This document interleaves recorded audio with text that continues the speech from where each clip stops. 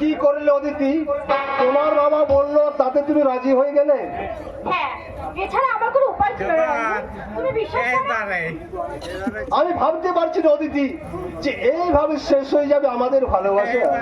তুমি ভুল করছো রঞ্জন, ভালোবাসা কখনো শেষ হয় না, ভালোবাসায় মৃত্যু নেই। অদিতি, বেশ, আমার বিয়ে হয়ে গেছে বলে কিন্তু তোমার আমার সম্পর্ক সে আগের মতো আছে। তবে তবে কি অদিতি? তবে গোপনে, গোপন তোমার সঙ্গে আমি এতদিন ধরে মেলামেশা করছি, কিন্তু আজও তোমাকে আমি ঠিকভাবে চিনতে পারলাম না অদিতি। তাই বুঝি? বিশেষ করে ওই বাবু ড্যাডির কথা রাখি না, আমি ওই গায়ের একটা বোকাকে বিয়ে করেছি। তাই বলে আমি আমার ব্যক্তিগত স্বাধীনতাকে বিসর্জন দিইনি। কিন্তু আমার ভালোবাসা নিশ্চয়ই নিশ্চয়ই পূর্ণ হবে তোমার আশা। কিভাবে অদিতি? যেমন করে আয়ার ঘরের রাজা প্রেম করেছিল কৃষ্ণের সঙ্গে। সত্যি অদিতি, তোমার মাথার চুলখানা যদি মুছে গেল না, কেউ বুঝতেই পারবে না যে তোমার বিয়ে হয়েছে। তাই বুঝি? অদিতি, এখন তোমার যে সেক্সি ফিগার আছে, অর্থাৎ মুখের মনোমোহিনী হাসি, টানা টানা চোখের চাউনি, পাতলা কোমর, মুখের সরল গঠন, আরো অনেক কিছু, তাতে 20, 30, 40, 50 কেন যে কোনো পুরুষের মাথা ঘুরে যাবে অদিতি। তোমার নিশ্চয়ই না? অবশ্যই তোমার সামনে এমন সুস্বাদু খাদ্য থাকলে কার না লোভ লাগে অদিতি। তাই যদি হয়, তাহলে হাতার মতো তুমি দাঁড়িয়ে আছো কেন? কি করবো অদিতি? একটু এসো, আমাকে জড়িয়ে ধরো। তোমার বুকে নিঃশ্বাস ফেলে আমার সারা শরীরে বেজে উঠুক যৌবনের জলতরঙ্গ। Come on, come on, come on, come on. Come on, কোথায় কোথায়? আমার বেডরুমে। কেন বেডরুমে কেন? আজ আমি সব খুলে দেখাবো। কি করে দেখাবো? আমার ঘরে প্রত্যেকটি খাতার পাতা অদিতি, तोता, मैं तेरी मैना, तू मेरी तोता, मैं तेरी मैना, मानूंगी ना कहना, फूलों में तेरी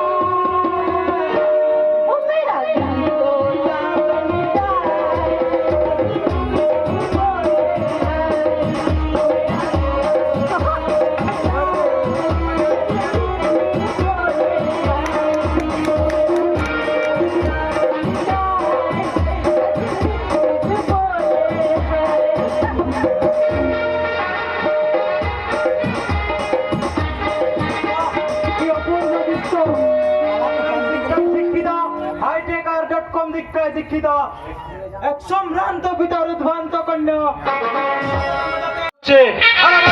এক বেতনভুক্ত কর্মচারী হ্যাংলো কুকুরের মতো দুপ উপরে তুলে ধাই ধাই করে নাচছে।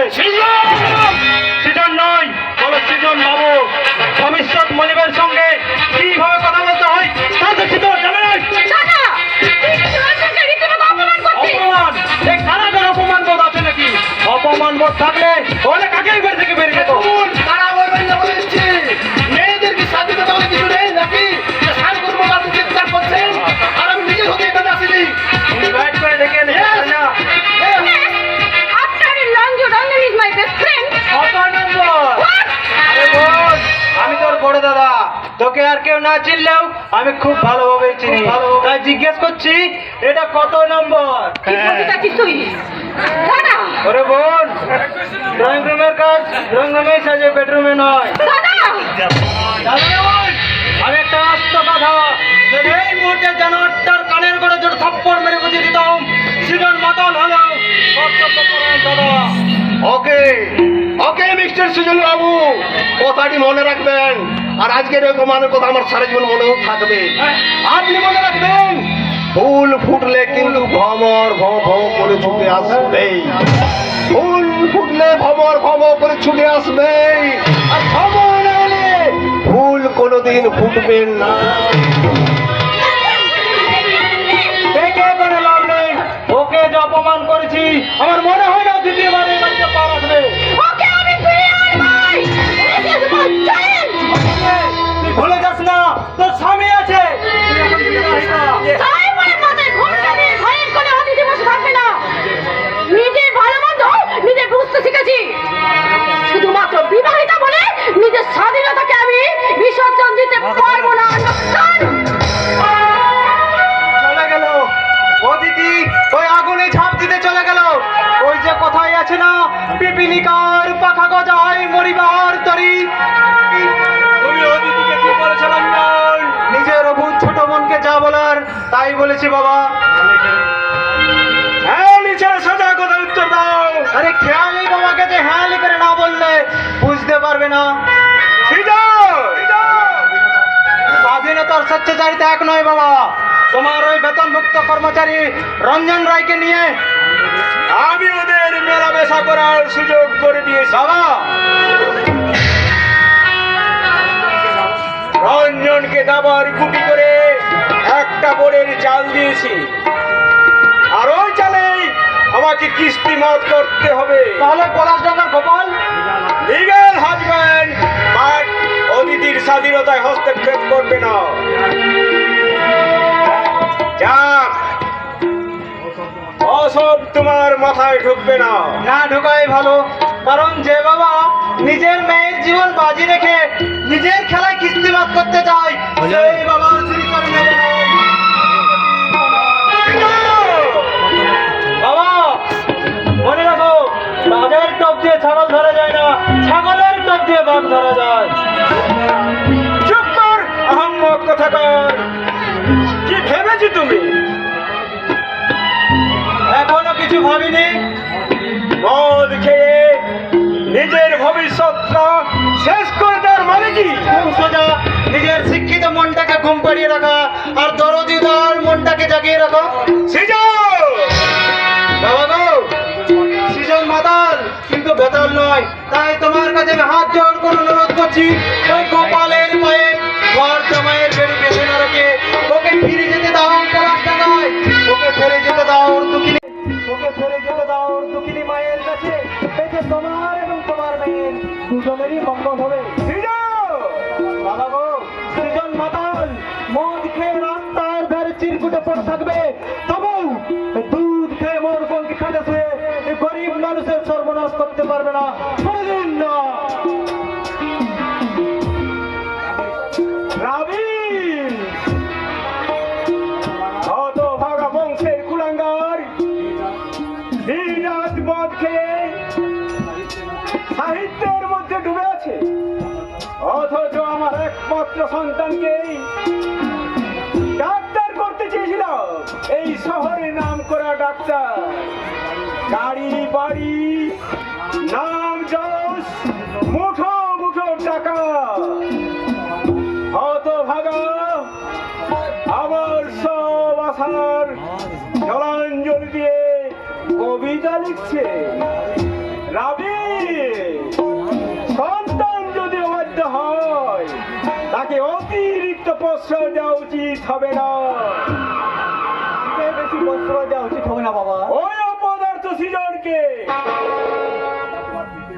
তা তোমার তো ফিরতে দেরি কেন মাই বয়?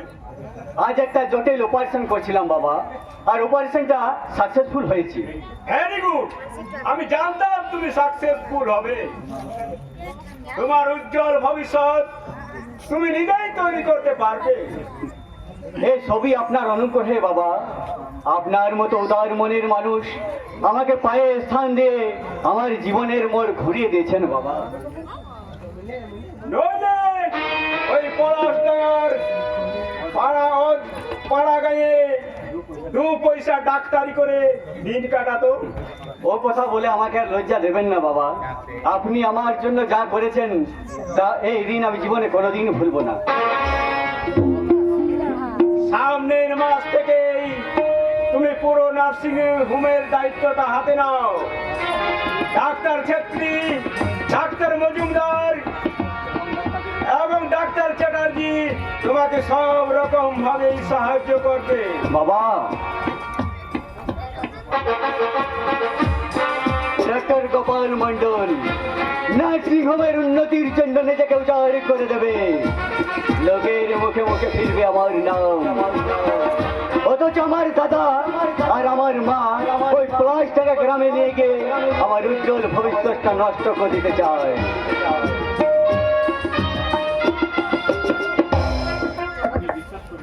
আমি বিশ্বাস করিনি, আমি বিশ্বাস করিনি গোপালদা।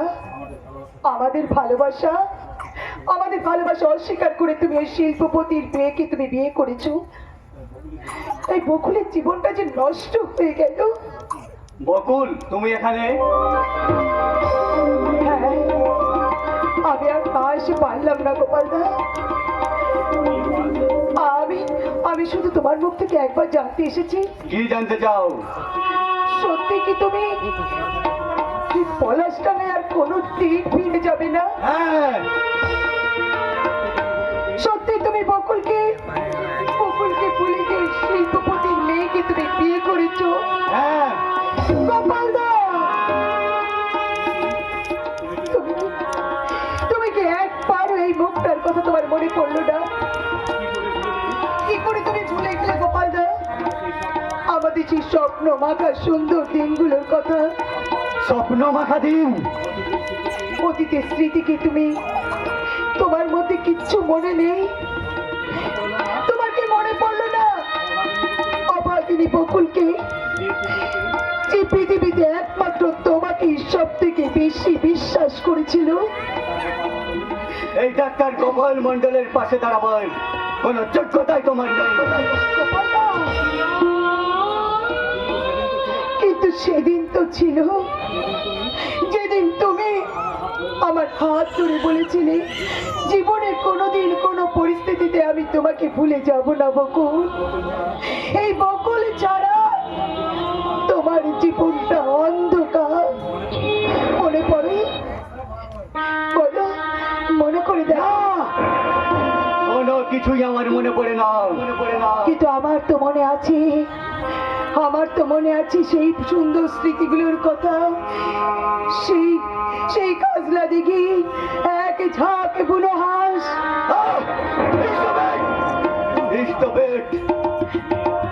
মেয়েরা যাকে একবারে মন দেয় গোপালদা, শত চেষ্টা করে তার কাছ থেকে সেই মনকে আর ফিরিয়ে নিতে পারে না।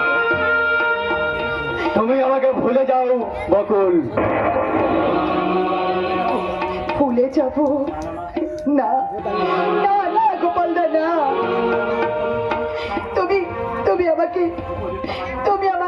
আমি তোমার উপযুক্ত নাই বা হলাম।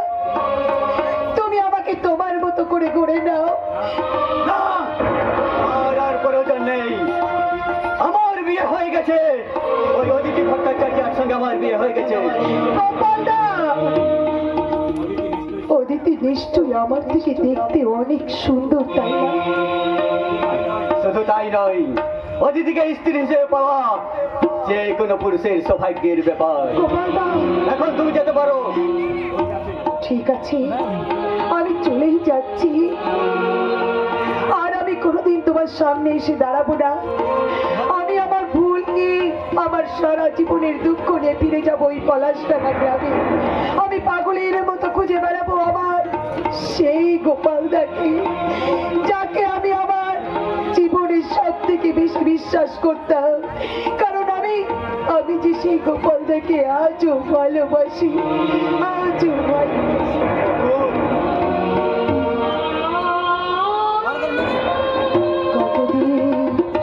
কতদিন পর তোমার মুখে শুনতে পেলাম ওই বকুল ডাক। আর হয়তো জীবনে কোনোদিন আমি এই ডাকটা শুনতে পাবো না। এই পলাশডাঙ্গা গ্রামে তুমি আর হয়তো ফিরে যাবে না। তবে তোমার তোমার মাকে ভুলে যেও না।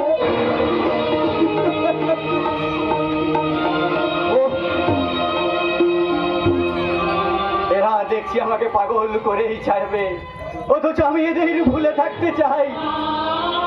আমার ফেলে আসা অতীতকে আমি চিরতরে মন থেকে মুছে ফেলতে চাই, মুছে ফেলতে চাই। অতীতকে ভোলা যায় না গোপাল। পলাশ, হ্যাঁ, আমি তোর অতীতের বাল্য বন্ধু। ভাই বোন মিলে আমার শ্বশুর বাড়িতে আমার সম্মান নষ্ট করতে এসেছিস। সম্মান, তোর তাই সম্মান বোধ আছে। তার মানে হ্যাঁ, হ্যাঁ, সম্মান পেতে হলে সম্মান দিতে হয়। তুই কি পেরেছিস তোর মায়ের উপযুক্ত সম্মান দিতে? পেরেছিস পিতৃতুল্যতার সম্মান দিতে? পেরেছিস পিতামাতার সম্মান রাখতে? সেই কনফারেন্স কি তোমাকে দিতে হবে নাকি? দিতে হবে, কারণ এই লম্পট ডাক্তার যাকে ভালোবাসার স্বপ্ন দেখিয়ে এই আপনাকে বিয়ে করেছে, সেই অভাগী বকুল আমার বোন। অতএব বোনের জীবনটা যে শয়তান মরুভূমির মতো উসর করে দিয়েছে, তাকে আমার কাছে ফিরত দিতে হবে। পলাশ, তোমার কথা আমি বিশ্বাস করি না। তোমাকে তোমাকে আমি খুব ভালো করে চিনি। তুমি সেই গুন্ডা সেদিন যে আমাকে রঞ্জনকে অপমান করেছিলে। Get out! I say get out! কি করবেন তুমি বলো গোপাল, আমার চোখের উপর চোখ রেখে বল, সত্যি কি তোর সঙ্গে কোনো আমার সম্পর্ক নেই? না নেই, তোর সাথে আমার কোনো সম্পর্ক নেই। মনে রাখিস, তেলে আর জলে যেমন মেশে না, তেমনি একজন ডাক্তার আর চাষার মধ্যে কোনো সম্পর্ক থাকতে পারে না। গোপাল, গোপাল, শুন ভাই, বকুলের ভালোবাসা তুই এভাবে উপেক্ষা করে যাস নে। তুই পলাশ ডাঙাই ফিরে চল, তোকে আমরা মাথায় করে রাখবো। না, ওই গ্রামে ফিরে যাওয়া আমার পক্ষে কোনো মতেই সম্ভব নয়। তোর মাঝে কেঁদে কেঁদে পাগল হয়ে যাবে। তোর দাদার অবস্থাটা একবার চিন্তা করে দেখ। ধার দেনা করে তোকে ডাক্তারে পড়িয়ে আজ সে পথে পাগল হয়ে ঘুরে বেড়াচ্ছে।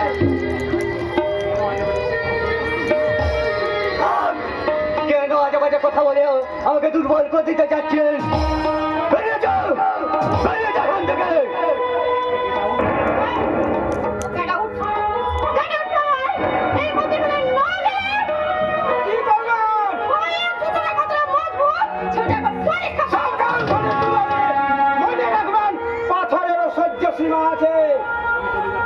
আমি চলে যাচ্ছি, তবে খাবার সময় বলে যায় ডাক্তার সাহেব, যে শিক্ষার অহংকারে অর্থ এই সুন্দরী নারীর বহে দেবী তুল্য মায়ের বুকে বজ্রের আঘাত আনলি, সেই অহংকার মায়ের দীর্ঘশ্বাসের আগুনে একদিন চলে পড়ে ছাই হয়ে যাবে।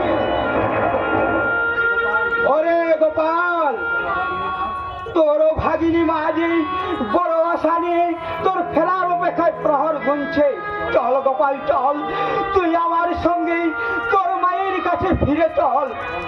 বন্ধু হয়ে নয়, দাদা হয়ে নয়, প্রতিবেশী হয়ে আমি তোর কাছে হাত জোড় করে অনুরোধ করছি, তুই সেই পলাশ ডাঙায় ফিরে চল। Get out! Get out! এই মুহূর্তে এখান থেকে না গেলে পুলিশ ডেকে তোমাকে arrest করবে। আমি ইচ্ছা করলে এই স্কাউন্ডারটাকে ঘাড়ে ধরে নিয়ে গিয়ে ওর মায়ের পায়ের তলায় ফেলতে পারি। পলাশ, তুই বল গোপাল বল, তুই ফিরে যাবি সেই পলাশ ডাঙায়? না, ওই গ্রামে ফিরে যাওয়ার পক্ষে কোনো মতেই সম্ভব নয়। আর এটাই আমার শেষ কথা। ওকে ওকে ডার্লিং, একটা কথা মনে রাখিস, ইচ্ছে করলে চাঁদের আলো ভোগ করা যায়, কিন্তু চাঁদ ধরা যায় না। গোপাল, গোপাল,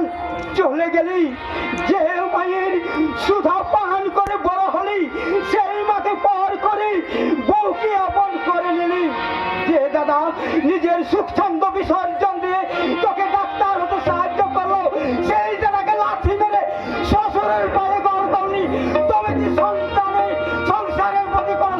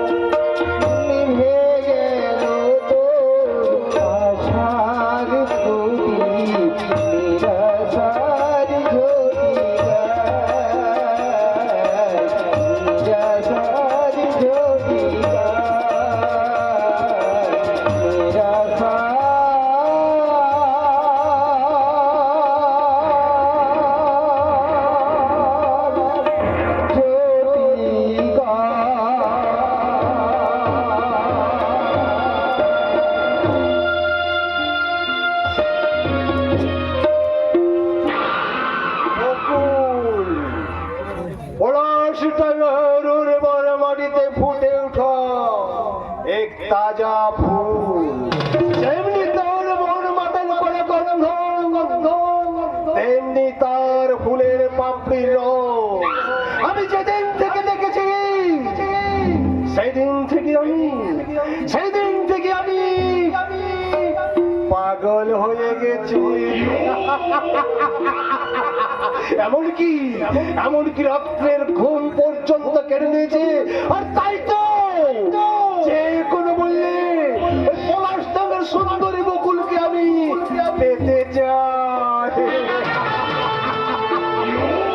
কিন্তু সারা সৃজন আমার প্রতি বাধা প্রাচীর হয়ে দাঁড়ায়।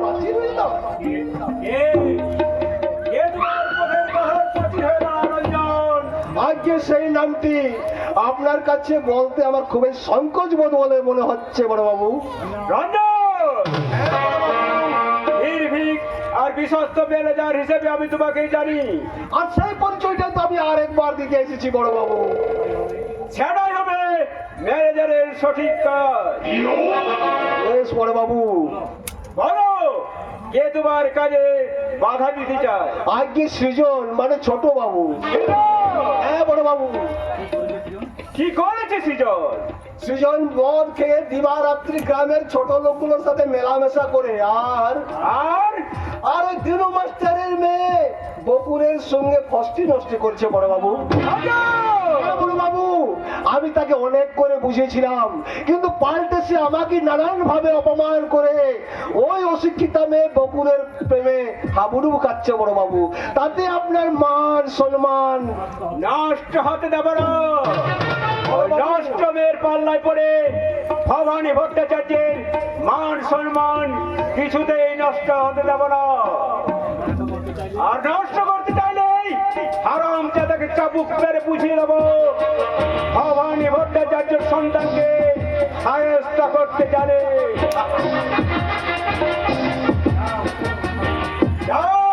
বড় বাবু, পলাশ জায়গায় ফিরে গিয়ে সৃজনকে বলো যত তাড়াতাড়ি শীঘ্রই সে যেন কলকাতায় চলে আসে। আজকে বড় বাবু আমি তাকে কথাটা বলবো, তবে সে আমার কথা শুনবে বলে মনে হচ্ছে না বড় বাবু।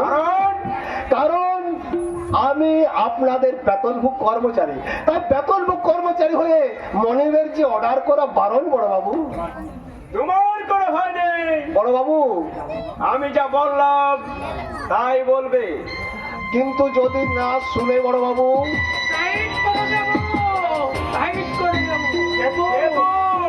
আমি পাগলা আইলো আইলো। হ্যাঁ আইলো। আমাকে চিনতে পারলে না? কিছুদিন আগে তো আমি জোরসে টাইট দিয়ে গেছি। সদাব রাস্কেল, আমি আইলো পাগলা আইলো। পাগলা আইলো। হ্যাঁ গো বাবুরা, আমি ধ্বংসের দূত, সেই রূপ, আমি মূর্তিমান ঝড়। পাগলা আইলো। এখানে কি চাই? কোন অধিকারে দুঃখিনী মায়ের বুক থেকে ছিনিয়ে নিলে সন্তান? কোন অধিকারে মায়ের তার বুক থেকে ছিনিয়ে নিলে স্নেহের ছোট ভাই? আমি আইলো। যেখানে অন্যায়, যেখানে অবিচার, সেখানে ঘূর্ণি হাওয়া হয়ে ঝাঁপিয়ে পড়ে সবকিছু চুরমার করে দিই। সত্যি করে বল, কে তুই? বিশ্বাস হচ্ছে না বাবু গো?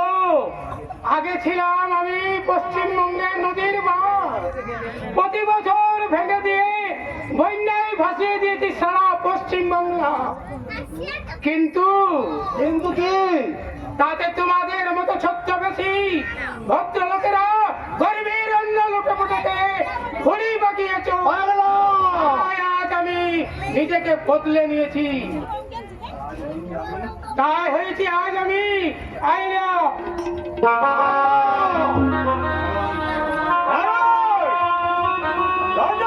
বলুন বড় বাবু।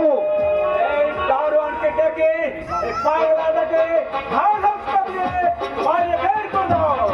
Get out! Get out! I said get out! যা, কিন্তু দূর হয়ে যা, শালা।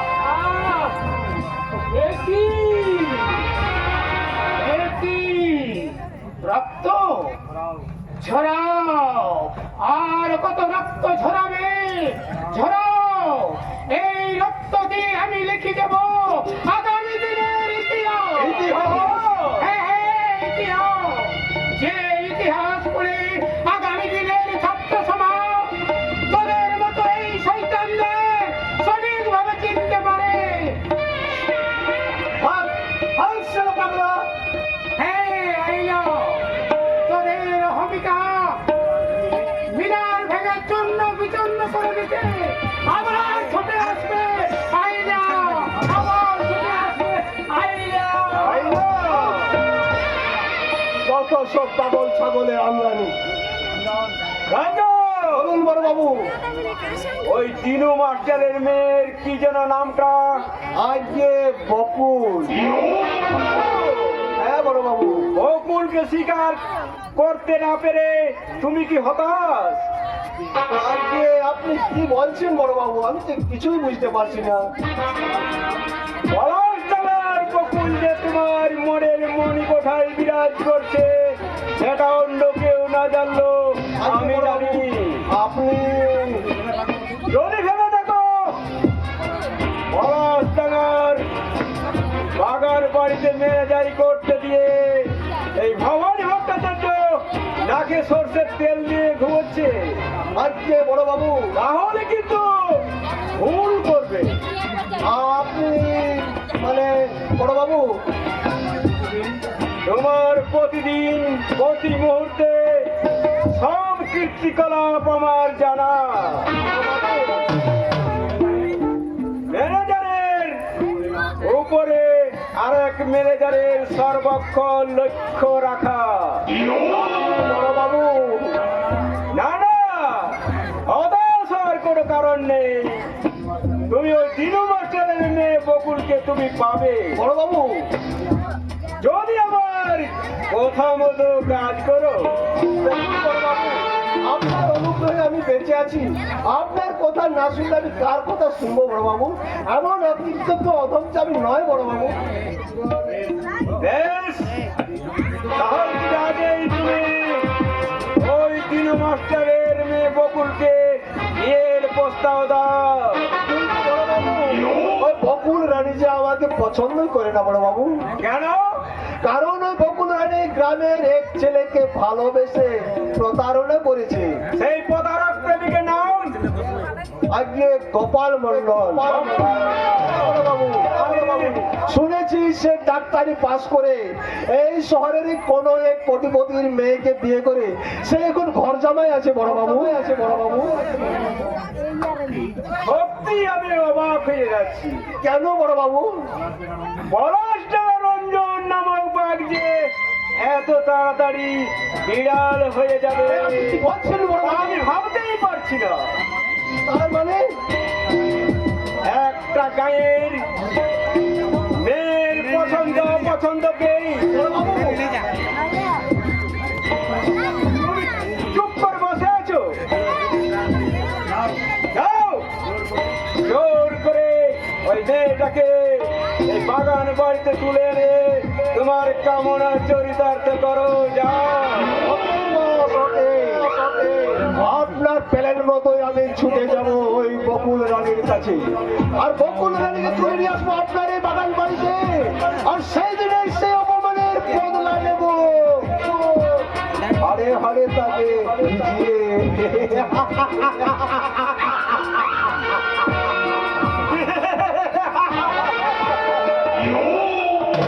বোকা কোথাকার।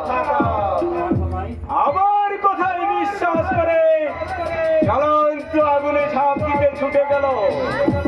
ও জানি না যে কাঁটা দিয়ে কাঁটা তুলতে চায়। আমার মেয়ের পথের কাঁটা ভবিষ্যতে যাতে বাধার প্রাচীর হয়ে দাও, তাই আমি আগেই সেই পথটা পরিষ্কার করে রাখতে চাই। আর সিজন যাতে ওই ভিখারির মেয়েটাকে ঘরে তুলতে না পারে, তার জন্য বকুলকে আমি কলঙ্কিনী সাজাতে চাই। সত্যি সাবিত্রীকে তুমি কোনোদিনই কলঙ্কিনী সাজাতে পারবে না। কার কথা বলছিস মা? নিজের কথা, কারণ তোমার এই সত্য মানকা জামাই অদিতিকে কলঙ্কিনী হতে দেবে না। কিন্তু আমি সব কলঙ্ক বিশ্বাস করি না। আমি তো তোমার স্বাধীনতায় বাধা দেইনি অদিতি। হ্যাঁ দিয়েছো, পদে পদে তুমি আমায় সন্দেহ করেছো। আমার ইচ্ছা অনিচ্ছার বিরুদ্ধে গুরুত্ব না দিয়ে তুমি ভুল করেছো বাপি। জীবনে অনেক ভুল করেছিল মা, কিন্তু এই ভবানী ভট্টাচার্য তার জামাতা নির্বাচনে কোনো ভুল করি না। ভাই গোপাল, তোমার নার্সিংহোম কেমন চলছে বলো? আর কয়েক মাস পরেই আপনি লাভের মুখ দেখতে পাবেন বাবা। Good, very good. আমি জানতাম তুমি পারবে, কারণ আকাশের অসংখ্য তারার মাঝে ওই ধ্রুব তারা চিনতে আমার ভুল হয় না বাবা।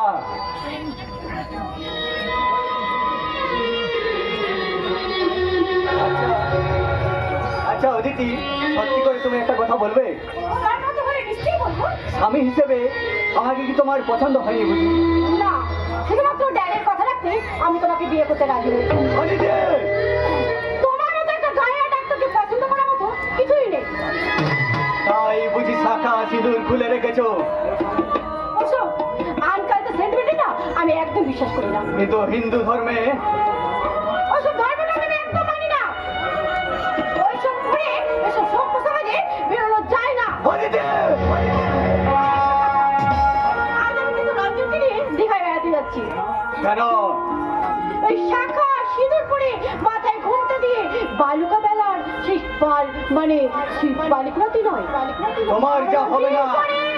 লাবারের হাত ধরে ওই সমুদ্রের ঢেউয়ের মাঝে হারিয়ে যেতে আমি তোমার নিষেধ শুনতে রাজি নই। আলবাত শুনতে তুমি রাজি? না, তোমার কোনো নিষেধ আমি শুনবো না, কারণ আমি তোমাকে বিয়ে করিনি, তুমি আমাকে বিয়ে করেছো। অদিতি! দেখে না, তুমি একটা ঘর জামাই। অদিতি! অদিতি! তবে কি আমি ভুল করছিস বাবা, তুই ভুল করেছিস। মা, তুমি এখানে? ওরে, তুই তো ফিরিয়ে নিয়ে ফিরতেছিস বাবা, তুই তো ফিরিয়ে নিয়ে ফিরতেছিস। না, এই বয়সে কোনো কথা বিশ্বাস করিনি। সন্তানকে তার গর্ভ ধরেনি, মাকে কখনো ভুলে যেতে পারে। তুই না কে গোপাল? তোমাকে তুই তুকারি করে কথা বলছিস? মানে আমাদের বাড়ির পুরনো ঝি গো দিদিমণি, বাড়ির পুরনো ঝি। সে ছোট্টবেলা থেকে কোলে পিঠে করে এই বাবুকে মানুষ করেছে কিনা তাই এখানে বাবার কথা নিয়েছো? সত্যি গোপাল, তোমাদের বাড়ির এইসব ঘি ছাগলিতে সাহস দেখি না আমি এখন অবাক হয়ে যাই। আজ থেকে এইসব আনকাজা ঘি ছাগলিদের সঙ্গে তুমি কোনো সম্পর্ক রাখবে না, ওকে এক্ষুনি বাড়ি থেকে বের করে দাও। Aditi! This is my order. এই মুহূর্তে দরন্ডকে বাড়ি থেকে ওকে বের করে দাও। মনে রেখো, নাও ইউর ফেমাস ডক্টর। একজন ডক্টর হিসেবে এইসব ভিখারিনী ঝি চাকরিদের সঙ্গে তুমি কোনো সম্পর্ক রাখবে না।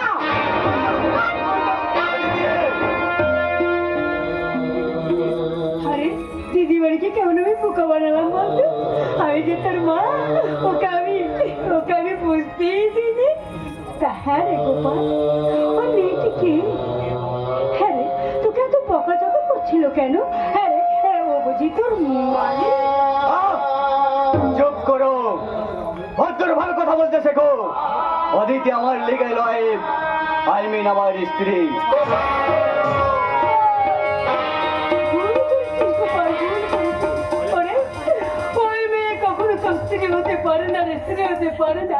ওরে, ওরা শুধু সংসার ভাঙতে জানে, কিন্তু সংসার করতে জানে না। চল খোকা, তুই আমার সঙ্গে গ্রামে ফিরে চল বাবা, ফিরে চল। চুপ করো, চুপ করো, চুপ করো তুমি। ওই অদিতিকে বিয়ে করা যে কোনো পুরুষের সৌভাগ্যের ব্যাপার। খোকা, কেন এসেছো তুমি এ বাড়িতে? এখানে আমার একটা মান সম্মান আছে, তোমরা কি চাও আমার সেই মান সম্মান ধুলো মিশে যাও? ধুলো মিশে যাও?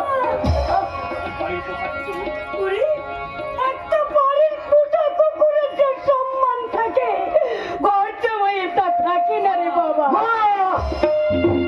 এই মুহূর্তে তুমি এ বাড়ি ছেড়ে চলে যাও, আর যাবার সময় কান খুলে শুনে যাও।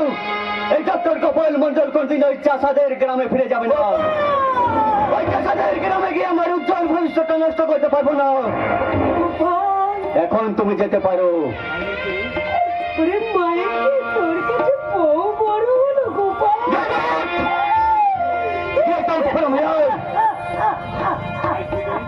আজ থেকে তোমাদের সঙ্গে আমার কোনো সম্পর্ক নেই।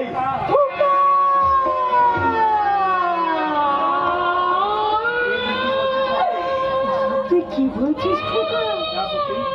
যা সত্যি তাই বলছি। কিন্তু বকুল, যে তোর ফেরার অপেক্ষায় বিহের মতো চোখে তো সে প্রহর গুলি, ওই বকুল নামের কোনো মেয়েকে আমি কিন্তু চিনি তোর না। দাদা, যে তার সুখ স্বাচ্ছন্দ্য ত্যাগ করে ছোট ভাইকে ডাক্তার করার ব্রত নিয়েছে। ওই অশিক্ষিত মূর্খ চাষাকে দাদা বলে পরিচয় দিকে আমার জ্ঞান নাই বলে। আমাদের কোনো বক্তব্য নেই। না, নেই, না, নেই। গোপাল, তুই কি আমার সেই গোপাল? হ্যাঁ, হ্যাঁ, যাকে আমি সেই গোপাল, গোপাল। আমি দেবতা দৌড়ে দৌড়ে ঘুরেছি, তুই কি আমার সেই গোপাল? হ্যাঁ, সেই গোপাল। বলো, বলো কত টাকার বিনিময়ে তোমরা আমাকে মুক্তি দেবে? কত টাকা চাই তোমাদের? ওরে গোপাল, টাকা দিয়ে মায়ের স্নেহের ঋণে কোনোদিন দাম দেওয়া যায় না। ওই টাকা দিয়ে ওই পিতৃতুল্য দাদার ঋণ শোধ করা যায় না। টাকা দিয়ে বিয়ার ভালোবাসা দাম দেওয়া যায়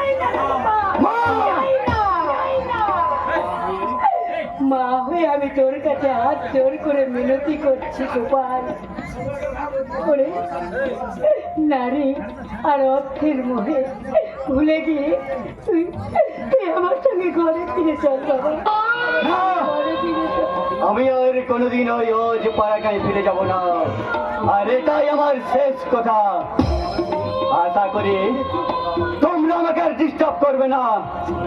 ওরে গোপাল, ওরে ওকে তো ওরে বেঈমান! কি বলছে? আই বেঈমান! না, দূর হয়ে যাও!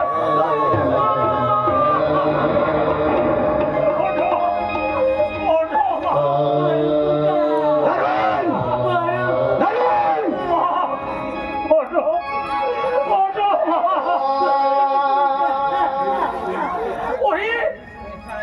তুই মাকে ঘাট ধাক্কা মারলি, তোর এত বড় অবদান হয়েছে, ডাক্তারি পাস করে তুই একেবারে অমানুষ হয়ে গেছিস।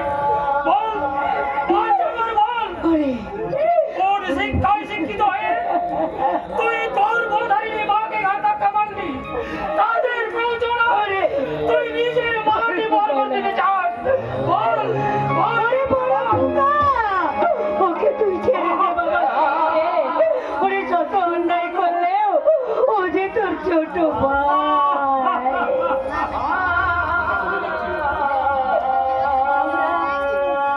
আমরা চলে যাচ্ছি গোপাল। তোর এই অভাগিনীর মায়ের একটা কথা মনে রাখিস, নারী আর অর্থের লোভে বিবেক ও মনুষ্যত্ব বিসর্জন দিয়ে কোনো সন্তান সুখী হতে পারে না রে বাবা, সুখী হতে পারে না রে, কোনোদিন পারে না। তোমরা কি আমাকে অভিশাপ দিচ্ছ? না রে গোপাল না, আমি তোকে অভিশাপ দিইনি। মা হয়ে কি কখনো সন্তানকে অভিশাপ দিতে পারে?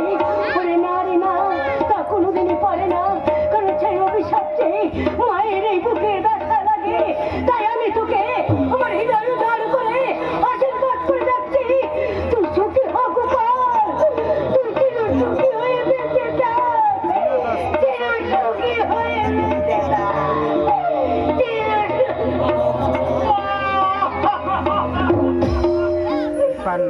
ওরে, এই তোর শিক্ষা! দেখ, দেখ, দেখ, কত দিক তোর শিক্ষায়! তোর এই মেয়েটি শিক্ষায় শিক্ষিত হয়ে বিলাসের সমুদ্রে বেঁচে থাকার চেয়ে এই দরিদ্র মূর্খ হয়ে বেঁচে থাকা অনেক ভালো রে ভাই, অনেক ভালো। ওরে, দাদা! শ্বশুরের অসন্ধার ভাত খাওয়ার চেয়ে ভিক্ষে করে খাওয়া অনেক ভালো রে ভাই, ভিক্ষে করে খাওয়া অনেক আনন্দে। আমি এক অভাগা চাষা গো বাবু। চাষা? হ্যাঁ গো বাবু। তোর এত বড় সাহস, তুই আমার জামাইয়ের গায়ে হাত তুলিস? রামদা!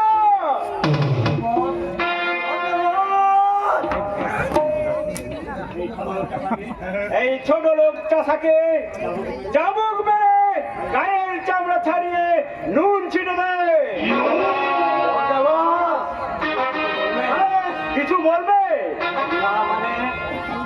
ভিতর যাও।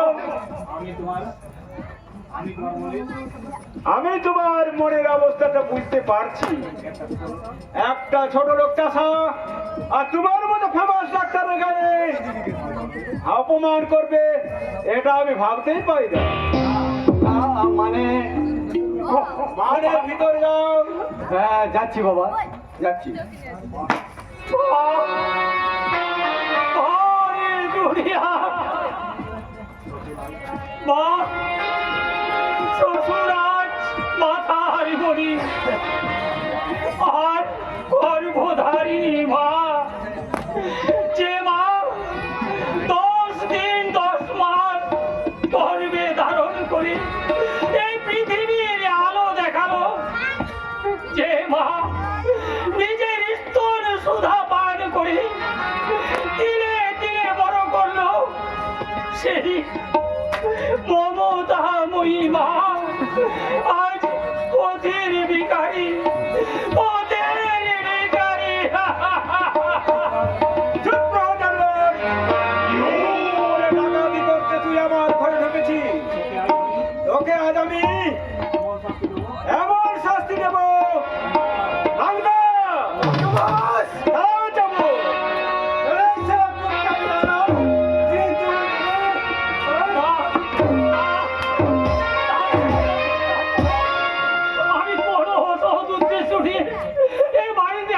বাবু।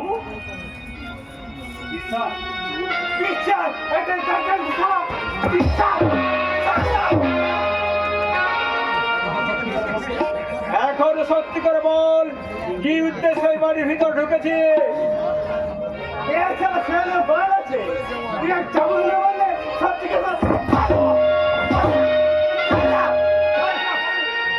জানি না, আমি কিচ্ছু জানি না।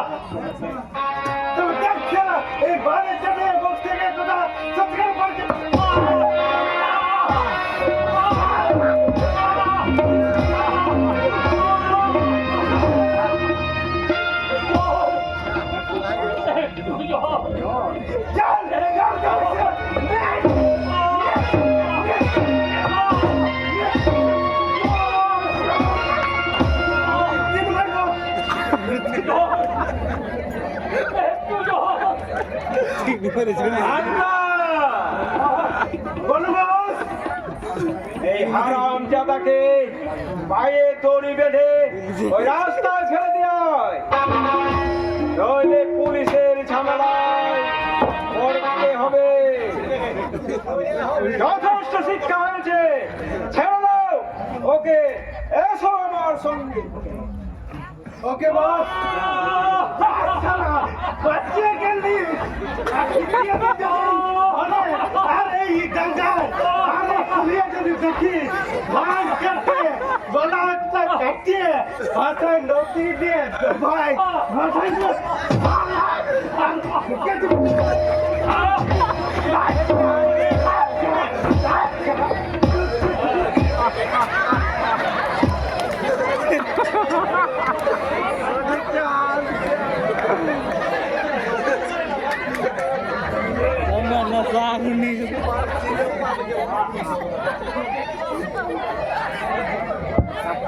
মা মা আর আমি এই বাড়িতে রাখবো না কারণ ভাই যে আমার বড় লোকের জামাই, এই ছোট লোক দাদাকে ভাই বলে পরিচয় দিতে আমি যে লজ্জা করে। না না রে ভাই না, তুই আমাকে দাদা বলে পরিচয় দিস রে ভাই, তাহলে যে তোর সম্মান চলে যাবে রে ভাই, তোর সম্মান।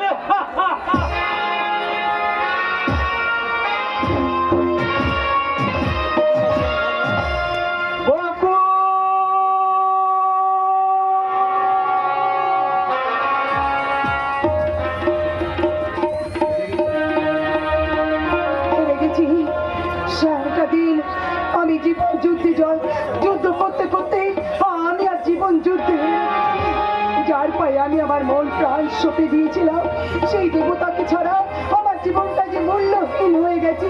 তাই তো এই জীবন আমি আর রাখতে চাই না। ওই তো তার নদীর জলে ঝাঁপিয়ে পড়ে আমার জীবনটাকে আমি শেষ করে দিতে চাই। ওগো পূর্ণ শশী, তুমি একটিবার মুখ লুকাও, চিরশাশ্বত আমাকে তুমি একটু অন্ধকারের মধ্যে পড়তে দাও, আমাকে মরতে দাও।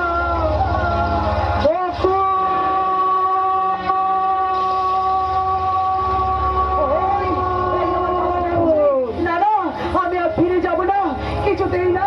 আমি যে মরার সংকল্প নিয়ে এসেছি, আমি মরবো। আর তাই তো ওই গঙ্গার জলে ঝাঁপছি, আমি আমার এই মূল্যহীন জীবনটাকে শেষ করে দেবো। আমি শেষ করে সামনে যে ধরা গোটালের উত্তর নদী, ঝাঁপ দিলে যে মৃত্যু নিশ্চিত। মরতে তো আমি চাই, কিন্তু কেন? বাঁচতে আমার ভালো লাগে না। বয়ের তো কোনো লাভ নেই। বেঁচে থাকার মোহ যার নেই, লাভ লোকসানের হিসাব সে তো আর করে না। দয়া করে আপনি আমাকে ছেড়ে দিন। সব ছেড়ে ছেড়ে তোমাকে তো আর ছেড়ে যায় না বাবু। কেন? অবসন্ত বিবেক এখনো শেষ হয়ে যায়নি বলে। দয়া করে আমাকে ছেড়ে দিন। আমি আত্মহত্যা করে আমার সমস্ত আত্মগ্লানির জ্বালা থেকে আমি মুক্তি পেতে চাই। আত্মহত্যা করে মুক্তি পাওয়া যায় না বকুল। বকুল, হ্যাঁ, আমাকে চিনি, তুমি সেই পলাশডাঙ্গার বকুল। আপনি? আর সৃজন, সৃজন ভট্টাচার্য, লোকে বলে মাতাল, দিন রাত মদ খেয়ে মদের নেশায় আচ্ছন্ন হয়ে থাকি। আর মদের নেশায় আচ্ছন্ন হয়ে বাতাসের শব্দ শুনি, আকাশের তারাগুনি, অসম্ভব অবাস্তব স্বপ্নের জাল বুনি। আমাকে কেন বাঁচাতে চাইছি? পুরুষের ধর্মই যে অসহায় নারীকে সাহায্য করা। না, মিথ্যে কথা। পুরুষ মানেই প্রবঞ্চক, প্রতারক। ভালো মন্দ নিয়েই তো জগৎ সংসার। শুধুমাত্র একজন প্রতারক পুরুষের জন্য তুমি তো এই পুরো পুরুষ জাতিকে প্রতারক প্রমাণ করতে পারো না বকুল। আপনার কাছে আমি হাত জোড় করছি, দয়া করে আপনি এখান থেকে চলে যান, আমাকে আপনি মরতে দিন।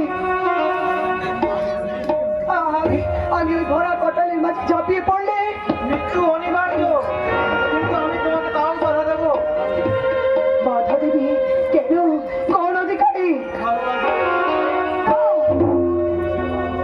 পুরুষের ভালোবাসা মানেই তো প্রতারক, আর সেই প্রতারকের ফাঁদে আমি আর কখনো নিজেকে জড়াতে চাই না। ফিরে যাও পথ আজকে আমার বন্ধ হয়ে গেছে। বকুল। আমি যখন মৃত্যুর সংকল্প নিয়ে আমি যখন বেরিয়েছি, তখন এই কালা মুখ আমি আর আমার বাবা আমার কাউকে দেখাবো না, কাউকে না। এই মাতাল সৃজনকে তোমার যদি বিশ্বাস হয়, তুমি আমার সঙ্গে আমার ঘরে যেতে পারো। আপনি? সংসারে ভালোবাসা কি জিনিস তা আজ আমি পাইনি, তাই ভালোবাসার ধর্ম আমি আজও উপলব্ধি করতে পারিনি। তোমার যদি বিশ্বাস হয়, কিন্তু যার মন প্রাণ ভেঙে টুকরো টুকরো হয়ে গেছে, সে তো অন্য কাউকে ভালোবাসতে পারে না। আমার কি আজ দেবারের মতো কিছুই নেই? আমি তো তোমার কাছে কিচ্ছু চাইছি না বকুল। আপনি? না, বলো তুমি। মা গঙ্গার বুকে যার ঠাঁই হলো না, সেই কলঙ্কিনীকে তুমি ঘরে ঠাঁই দেবে?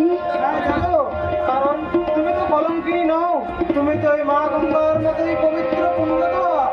তো এসো আমার সঙ্গে এসো। এই নির্জন নিশুতি রাতে ওই চাঁদ তারার ওই নদীকে সাক্ষী রেখে আমার নবজন্মের নবদেবতাকে একটা প্রণাম করি। আমার হৃদয়ে গিয়েছে দকুল ভরিয়া, যাহারে চেয়েছি স্বপনের মাঝে, পেয়েছি আপন করিয়া। আমার হৃদয় গিয়াছে আজ দুগুণ ভরিয়া।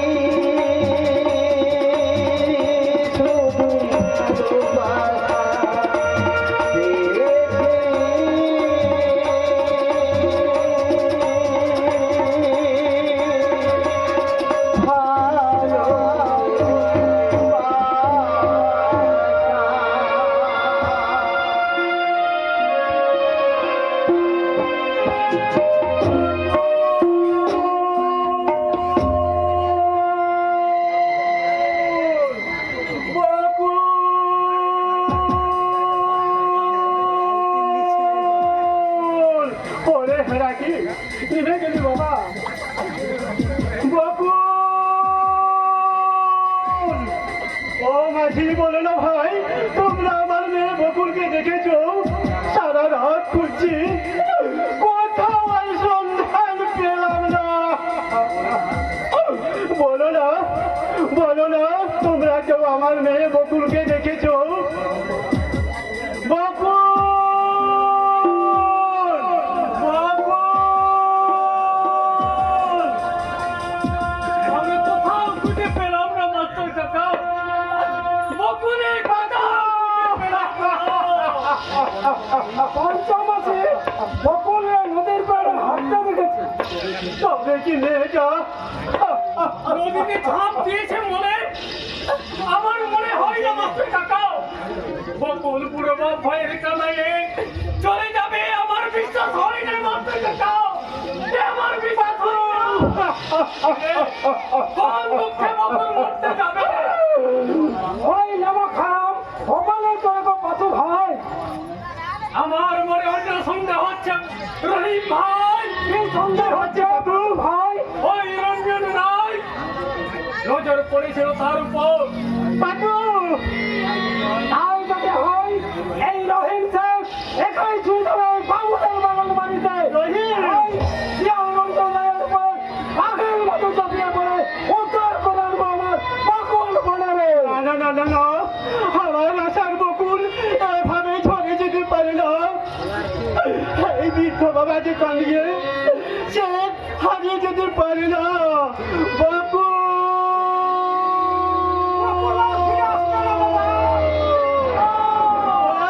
গোটা পোলার টাকা তন্ন তন্ন করে আমি খুঁজলাম, কিন্তু কোথাও বকুলের সন্ধান পেলাম না।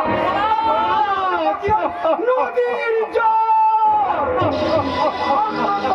ভাই পঞ্চু হয়, পঞ্চু বকুল রে গভীর রাতে নদীর পাশে হাঁটতে উঠেছে।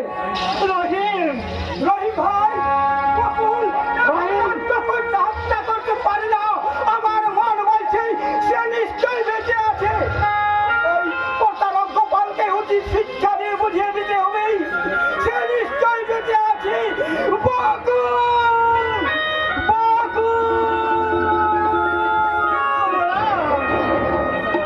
এসো রহিম ভাই, এসো, আমরা ছুটে যাই অভিশপ্ত বাগান বাড়িতে।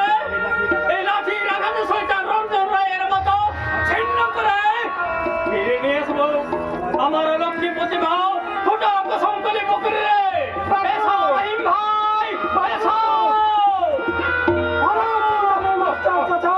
এই রহিম শেখ চার কবর রেখে ভাইয়ের বর বকুলকে উদ্ধার করে আনবো। রহিম, রহিম সচ্চা মুসলমান আছে। মাস্টার চাচা ভয় কাকে বলে জানে না। ভাইয়ের বলে ইজ্জত রক্ষা করতে চার লড়ে ধরো। এই লাঠি বলে মাথায় মেরে কুত্তার বাচ্চাকে খতম করে আমার ভাইকে যে তোমার পাশে নিয়ে আসবো। মাস্টার চাচা যে তোমার পাশে নিয়ে আসবো।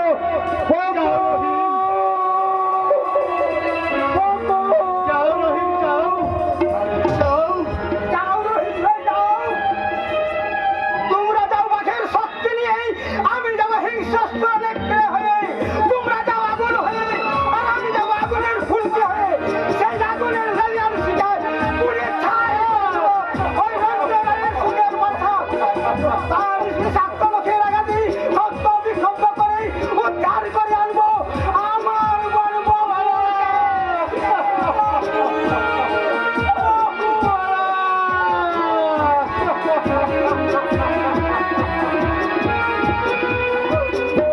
চলে গেল। ওরা আমার একমাত্র মেয়ে বকুলকে খুঁজতে হিংস হায়নার মতো চলে গেল। কিন্তু কেন এমন হলো? অভাগী নিজেই কেন হারিয়ে গেল? চক্ষুর অন্তরালে গোপালকে ভালোবেসে গোপাল বেশ করেছে, খুব ভালো করেছে। আমার প্রিয় ছাত্র গোপালের উপকারের প্রতিদান কোড়াই গন্ডা হিসাব করে মিটিয়ে দিয়েছে। বকুল!